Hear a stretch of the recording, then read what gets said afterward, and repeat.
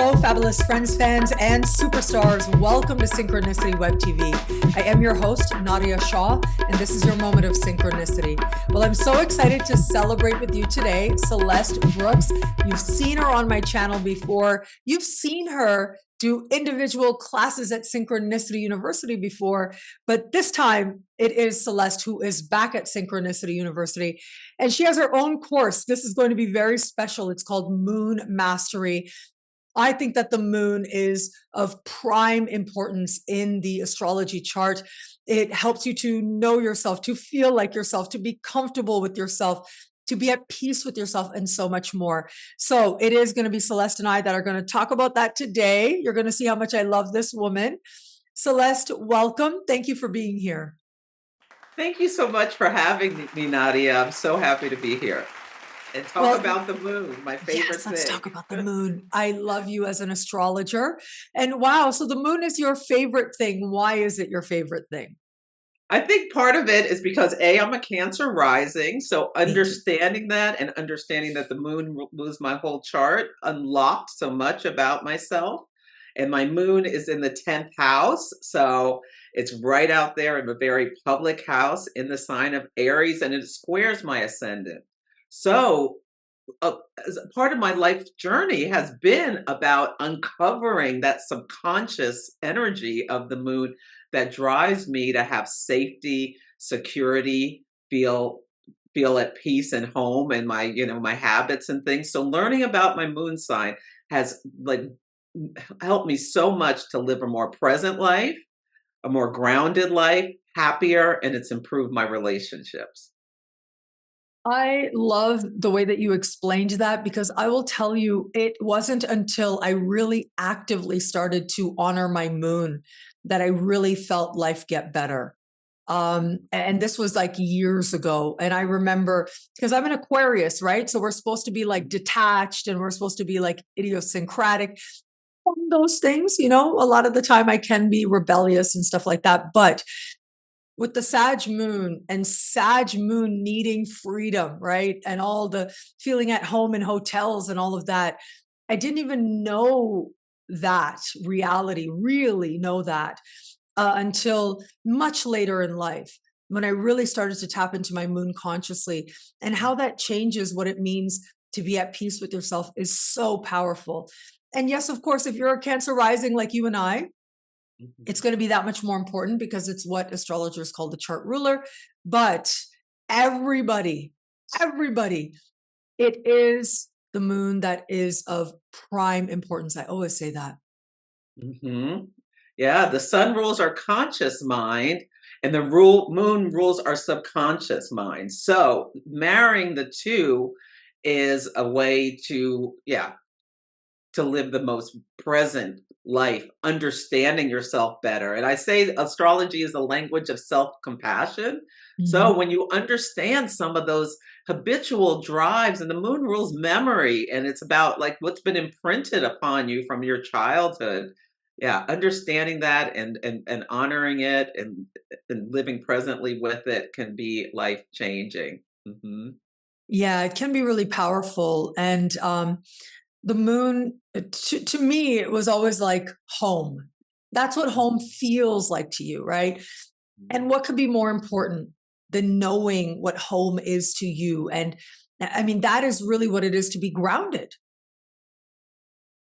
Exactly. Yeah. I love And that means different things to different people. Very different things to different people, depending on who you are. Yeah. Exactly. And honoring that's what astrology gives us. Astrology gives us as well, honoring how different we are, how we have different drives, how we need to communicate differently with each other. And especially when you get into conflict, understanding each person's moon sign can really be so helpful in honoring how they need to get their fed emotionally while you're dealing with a situation. And this is a great time to be really thinking about it, because Mars and Venus are finally coming together. Yeah. As we're recording this. Yeah, as we're recording this, Mars and Venus. Yeah, they're so close in the sky. They're going to be meeting, I believe, in the sign of Aquarius. Am I right? Yes. 6 Aquarius on, I Six think it's Aquarius. February 22nd. Yeah, and first, well, Mercury already happened. Mercury met Pluto. Then Mars Mhm. is going to meet Pluto. Then Venus is going to meet Pluto, and then Mars and Venus, or Venus is going to meet Mars.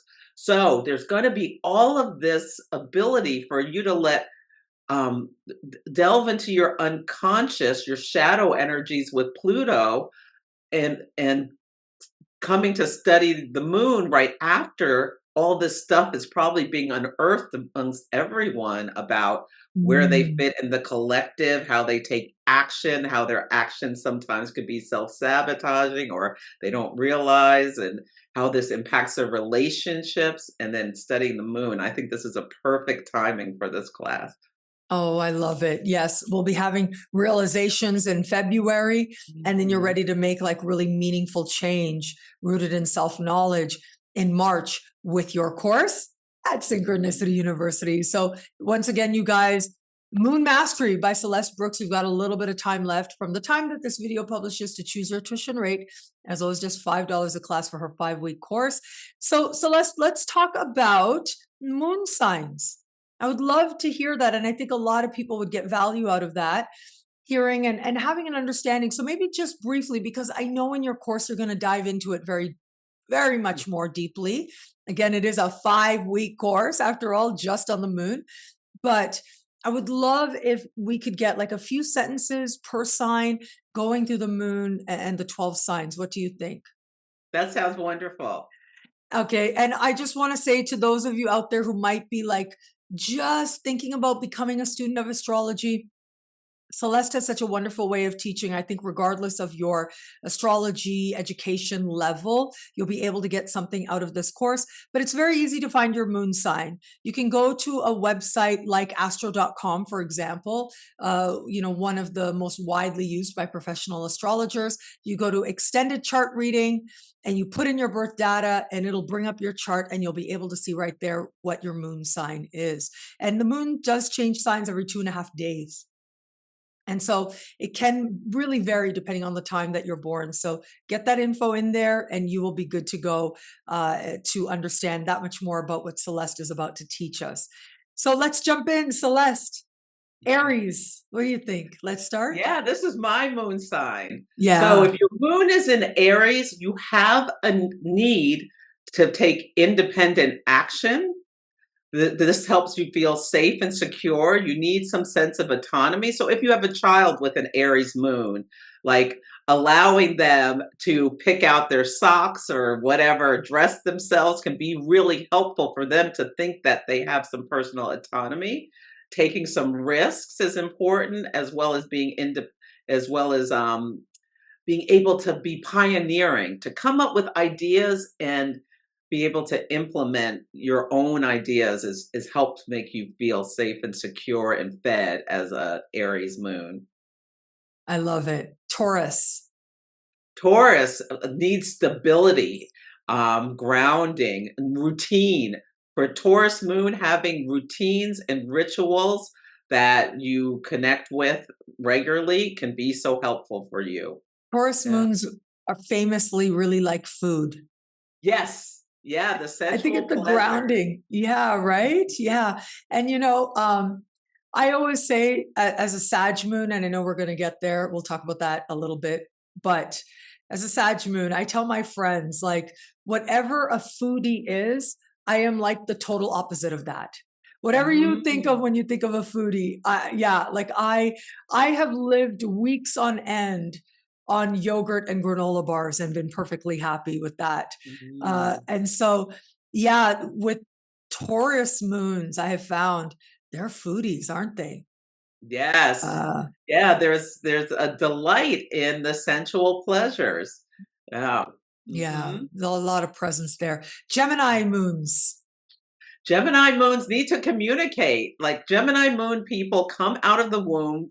Why? Want to understand things, need that information, want the facts in order to know what's going on.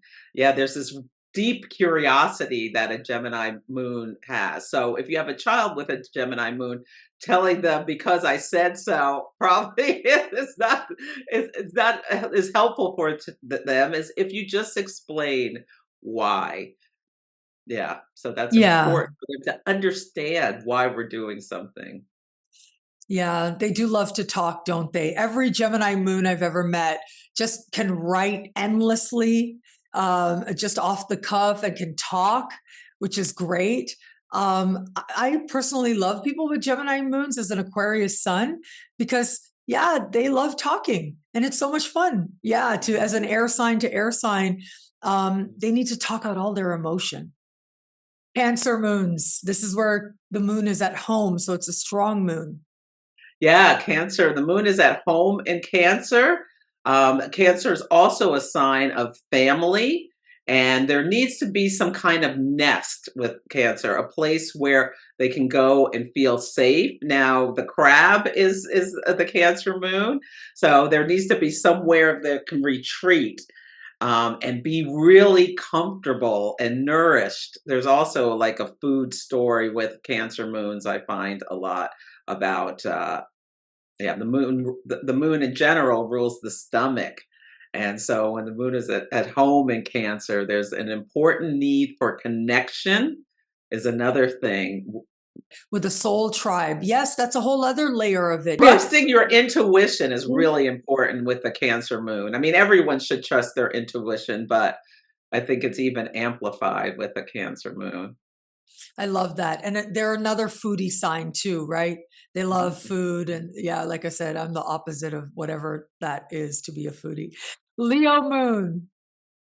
So Leo moon needs to be able to express themselves. There's a desire to be valued, appreciated, and the Leo moon loves the grand gesture. So if you have a partner that's a Leo moon, Valentine's Day is coming. Make sure to make them know how much you appreciate them and like and the things that they do. They need that feedback about why they're valued. Yeah, they want So to be the important. star, right? The star, yeah, able Yeah. to gather the center of attention at times. Mhm. hmm And even emotionally, because the moon is like how you're at home. I would Mhm. think that they, like you mentioned with love and Valentine's Day, I love that you made that connection. Yeah, you got to make them feel special if you want their heart. And the moon is heart. A lot of people don't always understand that. They think Venus, goddess of love, but I have found she's a lot about pleasure, but to really love someone, it's that lunar connection and understanding that takes precedence. Oh, definitely. When you have like a nice moon connection, either a smooth trine or sextile or conjunction. I love when people have the sun moon conjunction or Venus moon. It can be really, really someone who you feel safe and comfortable with. In synastry, it's so powerful. Mhm, So mhm. it is next the Virgo moons. So Virgo moon needs some kind of Virgo moons are really into having the routines and the rituals that bring the order to the chaos of life. The Virgo moon, this is a moon sign that it's the striving for order or perfection can be something that needs to be worked on when someone has a Virgo moon. I feel like this is a little bit one of the more challenging moon signs. Yeah. hmm Needs to be of Wow. service, hmm can be something that, yeah, Virgo moons really feel strongly about. Yeah. Needs to Yeah. be have some kind of organization or control around their like their immediate environment, I find can also be a big story with Virgo moons. I hadn't considered that, but that makes a lot of sense because my uncle, a very dear uncle to me, has a Virgo moon as well. And I hadn't made that particular connection that you just did. For me, like I always think, oh, he's a really picky eater. And so that's the Virgo moon right there, right? Because the moon is also Yes. your eating habits. Yeah. Which is why I, as a Sag moon, can live on yogurt and granola bars. Or one month, I remember I got this hankering for pancakes, and I literally ate nothing but pancakes for a full month. My mom thought I had lost my mind. I was a lot younger then, but all I wanted was pancakes for that whole month. And then one day I woke up and I was like, I cannot eat another pancake. And I don't know, it was Mhm. years until I ate another pancake out of that. And there are lots of phases I've gone through like this. Yes, I will admit it. This has been my life story with food. Okay, so next up is Oh, can Libra. I say one Uh, more thing about a Yes, Virgo please moon? do. Please do. Yeah, I find that they're often very picky about the ingredients. The Virgo moon is more likely to read the label about things or be more concerned with the health and nutritional value of what they're eating. I love Mhm. that. Yeah, that's a great point. Okay, so Libra moon. Libra is the sign I partner. So Libra moons have a deep need to be in connection with others and have an ability to talk about things and have fairness and fairness in their relationships. They can get really out of sorts if they think things are unfair or unjust. Mhm. And but it is indecisive energy, isn't it? Yes, Yeah. weighing all Like the different options, the scales. yeah, yeah. And that includes in food. What do I feel like eating? Should I eat this? Should I eat that? Yeah, right? Yeah, or where should we Yeah. go? "Oh, I don't wanna decide, you decide." That's a classic Exactly, Libra. yeah. Oh my gosh, I And have seen and it up close. I know you are speaking the truth. Okay, Scorpio moons next up. the moon is in the sign of its fall in Scorpio, so this is a moon sign that really, if you have a Scorpio moon connecting with it, is so important about, there can be a desire for merging with the other with Scorpio, like getting down to the like this deep understanding about what's going on underneath the surface of things. There's like this truth detector energy that sometimes can lead, sometimes there can be difficulties with suspicion or paranoia or yeah. So there's really recognizing as these things come up in order to have some grounding is really important for Scorpio moons. It's a beautiful moon sign that can be an amazing healer. That's a great point that they can A be lot of incredible it. therapists and healers and even detectives as well. I always think of that with Scorpio. But yeah, it's like there's a whatever your moon is, you crave emotionally. Like that's it represents something of what you crave emotionally. And these people will crave really intense emotional experiences. Yeah, and if you're in a relationship with like an Aquarius moon who wants to detach, it's like there could be that's a square. There could be some problems. There could be some tension with you when you want to go so deep. Yeah, it's Yeah. important for Scorpio moon to not rush into relationships. I think to make sure you take some of the time, even though you may your heart just wants to connect like that. Make sure you get to know someone before you do something permanent. Yeah, right? Like, well, what is permanent anyways in our world? But yeah, I know what you Yeah. mean. Like, before you jump all in, you might want to Yeah, give it like a move second in. date. Yes, don't show up with a U-Haul on I know, the the first first date date, right? I love because it's it. expensive to move. And they're thinking about resources. Yeah.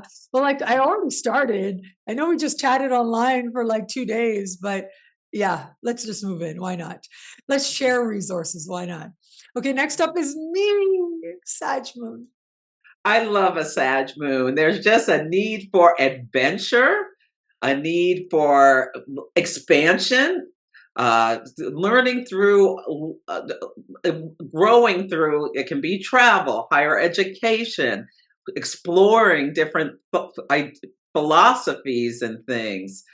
There's a need for freedom. That's one of the biggest things I find with Sag moons. There's a need for it to be able to just get up and go if you have a desire to explore a new place or bound or new thought process or something. Yeah, I mean, that is the story of my life, isn't it? Hmm. I Hmm. I love I feel at home. I've been saying this, I think, in every interview I've recorded today. I love hotels. I love suitcases. Even in my parents' house where I have a bedroom, which is like the closest thing to a permanent home I guess I could have, I like to keep things all organized in like packets and boxes and things. And so I love traveling like that, that everything has its like little place and its pouch, and I have enough for whatever I need. And yes, I don't know. I love hotels and I love suitcases. I love airplanes. So that's how I bring forward my Sag moons. But others are like, and I have been a real nerd, right? Like the higher education. I love that you mentioned that, and wanting to know about the world, and not just Hmm. experience it or have fun in it, like I am doing as of late, but to know about it philosophically is powerful too. A powerful expression of the Sag moon. I I love that. identify very Yes. strongly with my Sag moon. It's true. I tell a lot of people that that's what that is. Okay, Capricorn, Capricorn moon. Yeah, Capricorn moon, number one drive is to be useful, I feel like. Mm, They need to be of use. There's a desire for success and accomplishment in the material world is often with a Capricorn moon. Yeah. And the moon is mm. not really at home in the sign of Capricorn. In what's called its detriment. So there can be a bit of a discomfort with the emotional body that needs to be recognized, that wanting to be productive rather than wanting to feel anything can be like a push and pull with a Capricorn moon, That is a great point. I hadn't considered wanting that. structure. Yeah, yeah. That it can be hard for them to just be and feel. And that's why they might just do, so that they're not feeling as much. I mean, I have found that Capricorn moons, I think you mentioned something along the lines of this as well. Ambitious, right? They have that need to be Mhm. useful, means also to work towards something, to feel like they're consistently giving whatever it is that they want more of.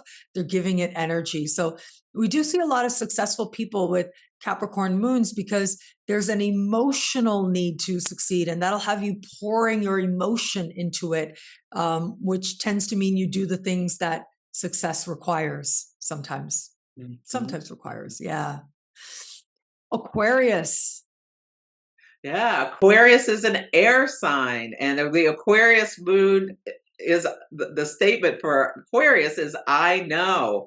So there is a need for knowledge with an Aquarius moon. There's a need, again, there is a little bit of a freedom thing with an Aquarius moon. Uranus is the modern ruler of Aquarius. There is desire for like equality. Lots of people with Aquarius moons are concerned about the collective and social justice kind of things, but also this freedom and autonomy and partners as friends is important. I think for when people have Aquarius moons, there's a risk of detachment, getting too separated from the emotions. That is something that Aquarius moons sometimes have an evolution to get back and make that head heart connection. Mm, yeah, because it's such a hyper intellectual energy. Mhm. So yeah, I get it, that that making that actual connection, like that's where the detachment comes in, right?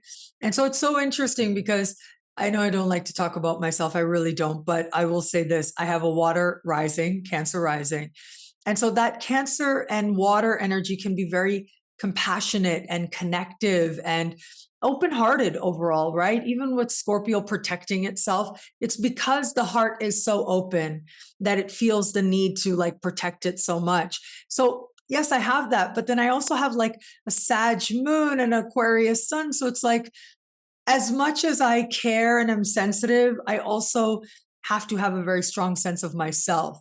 There's also always a part of me that's like, you know what? It doesn't matter what anybody else thinks. It doesn't matter. I'm going to do what I need to do. I'm going to focus on myself. I'm going to, that part of me is still there as well. So It's interesting that you mentioned that, made that connection with freedom and Aquarian energy. And with the moon, it's that much more because you feel it. You feel like you need to break free sometimes. And finally, Pisces. Yeah, Pisces. There is Pisces moons are such sweet moons. These are people who tend to be very compassionate, deeply feeling. There's always a lesson about boundaries when people have their moon in Pisces, and understanding what's theirs versus what's other people's is a big thing. Pisces moons often are really love eating, and yeah, can get lost in a fantasy or a dream with nurturing themselves with, hopefully not to excess, but loving food and yeah, food, good drink, all of those kinds of things for a Pisces moon. Love that you mentioned the drink part because, yeah, it is the sign of escapism. So, of course, they might like wine sometimes, maybe, yeah, swimming in the wine. Yeah. But yeah, I love that you just mentioned the connecting with people. Can you talk a little more about that? Yeah, there's a real soulful need for Pisces to have a emotional soul connection with the people. Yeah. And Yeah, to sometimes just feel. even sitting together, holding hands. There's like this touch component I feel with a Pisces moon. That's Mhm. really important. Yeah. Incredible. And music, they feel music so Music. much, Oh right? yeah. Oh, yes. It is a sign of music after all, too. And so, Yes. yeah, look at this, Celeste. Celeste is brilliant. I love her. We just had a light discussion here, but it's just a little taste because Celeste has a 5-week course that is coming to Synchronicity University this March 2024, which means at the time of this publishing, you've got just a couple weeks left to choose your tuition rate as low as just $5 a class to learn from Celeste Brooks. 5 weeks, all about the moon. Incredible. Celeste, I'm so happy to be working with you again. I'm so happy you're back at Synchronicity University. I'm really looking forward to this course. I know it's going to be brilliant. You bring such a preparation and care to what you teach. And, we're here, and I just sort of off the cuff was like, hey, what about the signs of the moon? Let's do it. Right. And you were able to Yeah. pull it together like that. But yes, 5 courses, meticulous, will really help you to understand the moon that much more in astrology. Hey, it's not just your moon sign. You'll learn a lot of other things about the moon phases, the moon phase you were born under. Yeah, you'll learn all sorts of things about the moon that will help you live your life more presently and abundantly. Yes, and all those descriptions of all the different courses, more information is at synchronicityuniversity.com, and the links are below as well. Celeste, thank you. I appreciate you. So happy that you're here. Thank you so much. Thank you, Nadiya. Thank you so much for having me. And thank you, everybody out there, for watching. Until we connect again, take care. Bye.